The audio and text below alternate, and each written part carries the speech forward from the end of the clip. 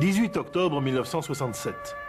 Fidel Castro confirme la mort du commandante Ernesto Che Guevara dans un maquis de Bolivie le 9 octobre. La révolution cubaine a perdu son héros. Le mythe peut prendre son essor. En Europe, où le visage blême et pur du martyr révolutionnaire vient combler le déficit narcissique de la jeunesse de gauche, déçue de ses pairs communistes et sociodémocrates, c'est l'hymne du chansonnier et poète est-allemand Wolf Biermann qui capture le mieux ce moment d'émotion.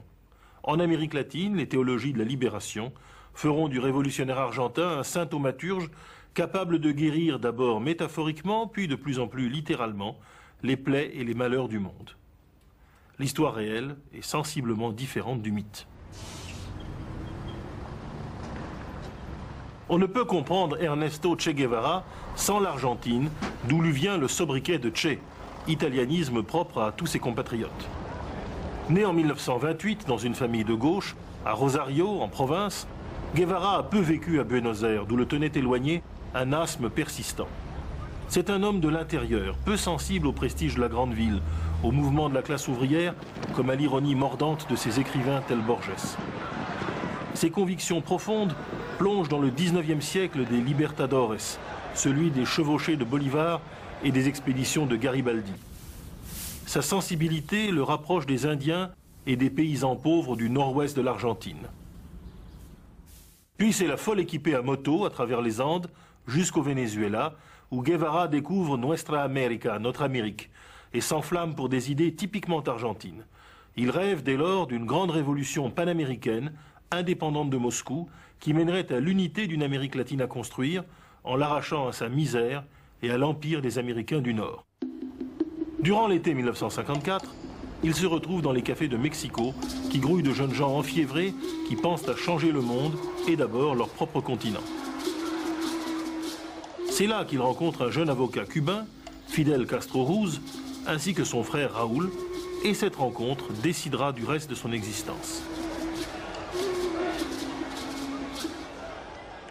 Fidel Castro est déjà alors un vétéran du combat révolutionnaire. Fils d'un propriétaire terrien d'origine espagnole, galicienne, élevé à la dure dans la plus pure idéologie franquiste par les jésuites du collège de Bethléem à La Havane, Fidel Castro s'est jeté dans l'action à corps perdu dès l'âge de 18 ans. Après un premier coup de main infructueux contre le dictateur cubain Batista, l'assaut de la caserne Moncada, Fidel Castro doit s'exiler au Mexique avec son frère Raúl. Dès l'année suivante, 1955, il organise avec le Che et quelques compagnons un audacieux débarquement dans l'île qui les conduit à créer un maquis dans la montagne centrale de la Sierra Maestra. À peine 2 ans et demi plus tard, le pouvoir de Batista, profondément impopulaire, s'effondre. Fin 1958, Cuba s'offre avec enthousiasme aux nouveaux libertadores. Dès ce moment, un rapport de complémentarité semble s'instaurer entre les deux hommes clés de l'insurrection. Si Fidel Castro en est le chef charismatique et le sabre, Che Guevara s'en veut le penseur à long terme, celui qui, au-delà de l'épisode cubain, songe déjà à la conquête des horizons lointains du continent tout entier. Dès la prise du pouvoir, ces idées vont créer une profonde effervescence. La révolution cubaine avait été un immense succès parce qu'elle s'était déroulée sous la bannière de la liberté politique. Même une fraction des services secrets américains et du FBI voyait dans la disparition de Batista un coup direct porté à la mafia, dont ce dernier était devenu une sorte d'agent explicite et stipendié. Pourtant, le noyau dirigeant de la révolution cubaine professait en secret de toutes autres idées, communistes et panaméricaines, qui n'étaient pas celles de tous leurs camarades de l'insurrection, loin s'en faut. Raúl Castro avait adhéré dès le début de la décennie au Parti communiste cubain, le Parti socialiste populaire, et sans doute gagné son frère peu à peu au marxisme, sinon à l'alignement total sur Moscou. Avec le Che, Fidel trouve enfin une idéologie révolutionnaire purement créole. Nul étonnement à ce que Guevara devienne d'emblée le théoricien du nouveau régime. Il est aussi, contrairement à la légende, le premier à vouloir pousser rapidement Cuba dans les bras du camp socialiste, affirmant brutalement dès 1959 qu'il n'a aucune hésitation à choisir l'alliance avec Moscou et Pékin, encore unis en apparence. Très vite aussi, dans la pénurie générale de cadres, notre idéologue en chef doit mettre la main à la pâte. Ministre de l'Industrie à partir de 1961, il va donner toute la mesure de son utopisme et de son impuissance. Face à la cruelle réalité du blocus économique, de la faiblesse des ressources locales et de la prédominance de l'agriculture, il pratique une fuite en avant permanente. Castro finira par le relever de ses fonctions, la mort dans l'âme. Très déprimé, ébranlé, mais nullement autocritique, Che Guevara songe alors à une nouvelle vie, toujours au service de la révolution, débarrassé des contraintes de la gestion. Che Guevara est-il à ce moment devenu, comme le veut une certaine légende, l'adversaire potentiel ou même le rival de Fidel Castro? Ou au contraire, sa réorientation vers la révolution mondiale fait-elle partie d'un scénario concordé avec son ami? La vérité historique est sans doute à mi-chemin de ces deux thèses extrêmes. Fidel Castro est sérieusement déçu par la performance intellectuelle et gouvernementale du Che. Et celui-ci d'ailleurs cherche encore à s'en excuser en flattant outrageusement le chef dans sa lettre de départ de Cuba. Plus sérieusement se pose la question des relations avec l'Union soviétique. Et c'est là que les divergences commencent à apparaître plus clairement.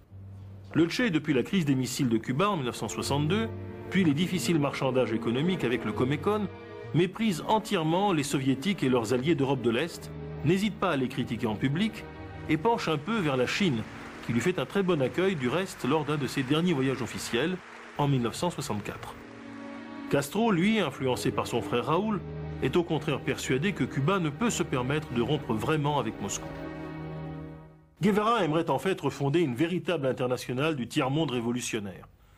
Castro ne partage pas cet enthousiasme pour une troisième force à équidistance de Moscou et de Pékin, mais il pense qu'elle constitue aussi une carte dans son bras de fer avec les dirigeants soviétiques.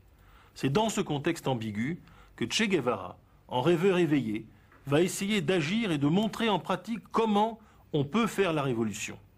Nous quittons enfin Bouvard et Pécuchet saisis par le marxisme tropical pour plonger dans Dostoïevski, mais parfois aussi dans Tintin. L'alliance de Castro et de Guevara se poursuit, mais l'entente n'est pas parfaite.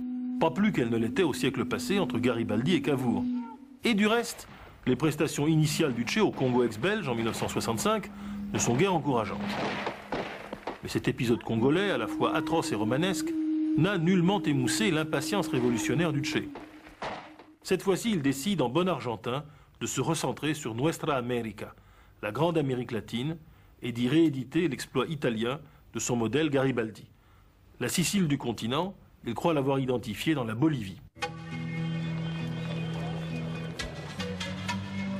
Pays pauvre, majoritairement indien, situé au centre géographique du continent, la Bolivie devrait devenir une sorte de base rouge.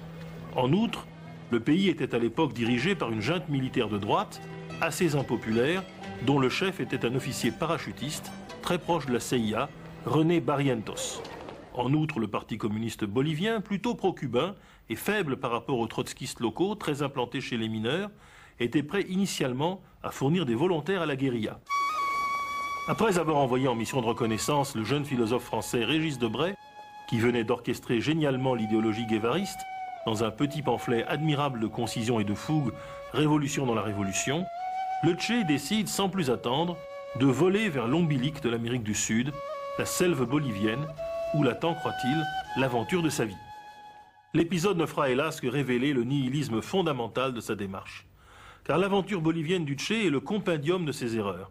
Tout d'abord, des erreurs tactiques et opérationnelles. Mauvaise préparation du terrain, mauvais rapport avec les forces révolutionnaires boliviennes, coupure géographique totale avec les forces vives du pays. Ce sont 17 survivants épuisés qui seront encerclés par l'armée bolivienne en octobre 1966. Cette mauvaise connaissance du terrain vient s'ajouter à la sous-estimation des adversaires. Pisteurs indiens de l'armée bolivienne et derrière eux, bérets verts américains, eux-mêmes, à l'image de leur chef, le major Pappy Shelton, fort modestes et très obstinés, qui font de sa capture l'équivalent de la poursuite de Moby Dick. Mais au-delà, les erreurs du Che sont celles, stratégiques, du castrisme lui-même. L'insurrection cubaine fut un succès massif parce que ses objectifs, purement démocratiques encore, étaient partagés par l'immense majorité de la population de l'île, exaspérée par le gangstérisme de Batista. Rien de tel en Bolivie, ni plus largement en Amérique latine.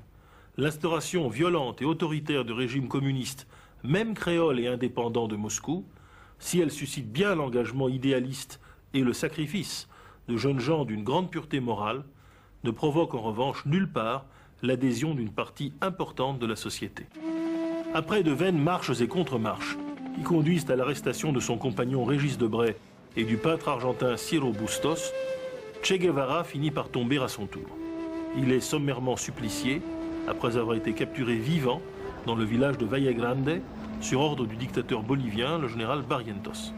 La CIA ne bouge pas pour que Guevara soit épargné. Son approbation du meurtre sera camouflée en mauvaise liaison téléphonique avec l'état-major de Langley en Virginie.